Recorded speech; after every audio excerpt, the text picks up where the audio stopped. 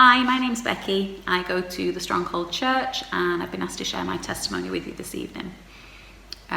So from the beginning, I wouldn't say I was brought up with a religious family at all. I think my family's interaction with the church was very minimum. Tended to just be for weddings, christenings and funerals like most people. Other than that, we didn't really have a reason to go to church, so we didn't. I did go to a Church of England school growing up. I wouldn't say it was much different to any other primary school. It just kind of meant we had an assembly led by a vicar once a week, and we would go to the church every other week. The church building itself was lovely. It was the old traditional type, you know, the big stone bricks, the stained glass windows, the pews and the little prayer cushions that you used to kick as a child when you sat behind them. I wouldn't say the experience of going to church with school was unpleasant. It just did turn into a bit of a mundane kind of, I'm just doing this because I go to this school kind of thing. So it was just, you know, it's something you had to do because this is just what we do here. And like I said, it wasn't unpleasant. You know, some of the hymns that we sang were brilliant. I still remember them today and, you know, sing along to them. I'm sure many people I went to school with would have their old favourites. But yeah, it did have aspects of being a bit of a mess about. Like we would, after the hymn, we'd see who could stay stood up the longest before the teacher would tell us off, or hold amen after a prayer to see who could do it the longest, just for something to do, because we clearly weren't paying attention like we should have been. Don't get me wrong, I did enjoy the stories that the vicar told, but that's all they ever were. They were stories to me. I liked that there was like a hidden message in them, like a little hidden meaning, like a little moral. And I suppose that's what I took away, a bit of, okay, this is the right thing to do, this is the wrong thing to do. But apart from that, I was very blasé. I wouldn't have said, yes, I believe in God, yes, I believe in Jesus. They were stories, and I would equate them to the other kind of fairy tales that we would be told as children. Fast forward to my high school years. My first year at high school, actually, my dad passed away. And it was strange because I did find myself in the evenings just looking out the window and asking why. I haven't got a clue who I was asking because I didn't believe in God at the time, so it clearly wasn't God that I was asking, and I wasn't speaking to myself, but I just felt like, you know, I had a question and I wanted to know the answer. I wanted to know why. I felt like there was something or someone out there who would have the answer for me, so that's why I suppose I asked. But I wouldn't say that I kind of dwelt on that and hung on that and found my faith, because that's not what happened. Life goes on. I think it started a little bit of a downward spiral in my life. I no longer wanted to aspire to the things that I did before. I kind of dropped all my extracurricular stuff, and I just didn't see the point. Whereas earlier in life I had a direction, I knew what I wanted to do, I knew where I was going. It just kind of I just dropped it. I dropped it all because, like I said, I didn't see the point anymore. I wouldn't say I was on a big downward spiral. I was just probably one of the kids who knocked about at the park with her friends, drinking bottles of 2020. That was, you know, about as bad as it really got for me. So not too bad at all. I finished high school with good grades. Moving on to my adult life, I moved to Weavering when I was about 19. It's a nice small village. It was strange kind of starting over, having to get to know people and meet new people. But I did, and a few years later down the line, one of my friends invited me to a new coffee shop that had opened in the village, and even though I'd lived there, I didn't have a clue where it was. I couldn't picture where she was telling me. So anyway, we turned up there, and yeah, the building itself was nice. The atmosphere there was amazing. Don't know what it was, you just felt really relaxed and comfortable. The coffee was brilliant there, so well done, John.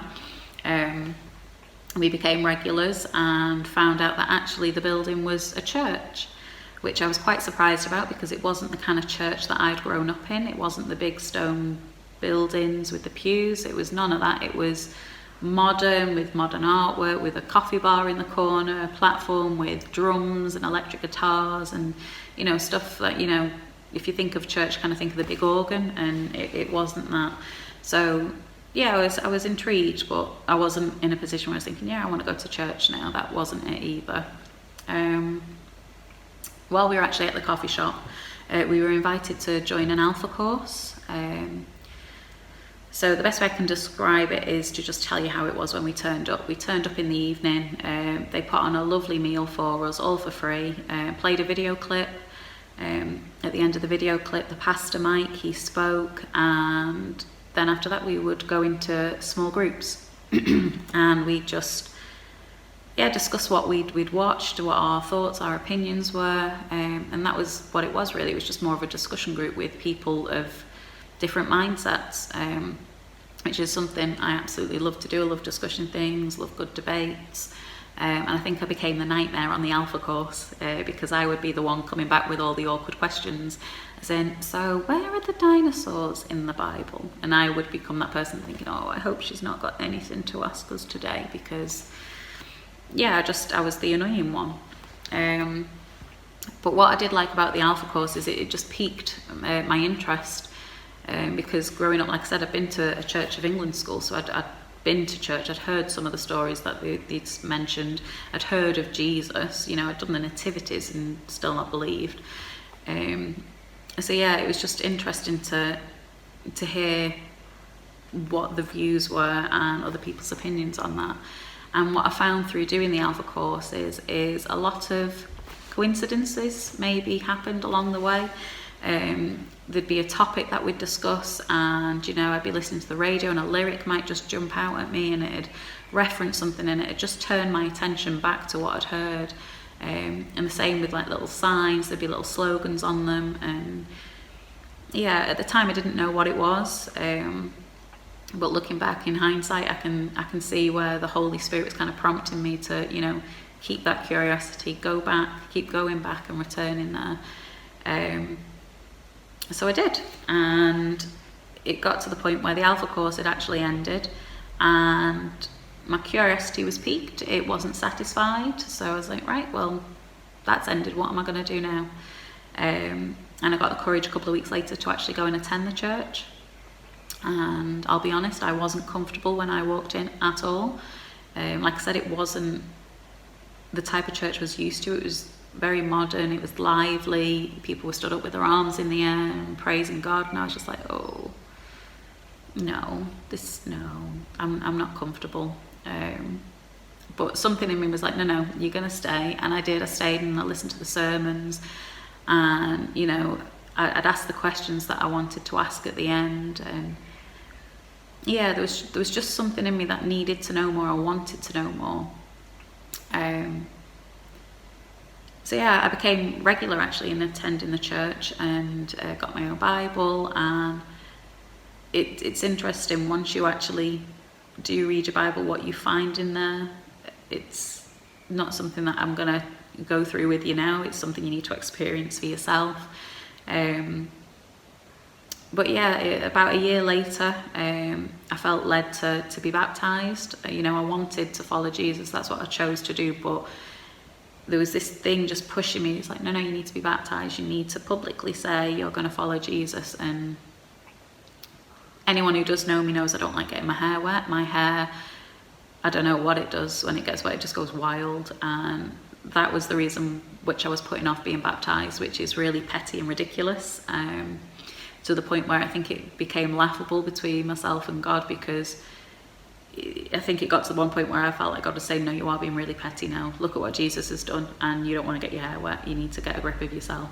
And I don't know, it was nice to have that experience of, actually, I didn't know God, to feel like actually God is talking to me in a way that I can deal with it. I can cope with how, you show me things. And so I got baptized, and I've never looked back. I suppose what's been a real life changer for me is making that decision, because I was never coerced in anything. It was always me choosing to go to the Alpha course, me choosing to go to church, me choosing to ask the questions I wanted to. And I think that's one of the best gifts God actually gave anyone, was free will. It's all been by my choice that I've chosen to do this. And my mindset completely changed, because like I said, growing up, the stories that the vicar told were stories to me. There was no reality behind it. And now I can honestly say that I look at the Bible and it's a historical document. It's not just a made-up fairy tale.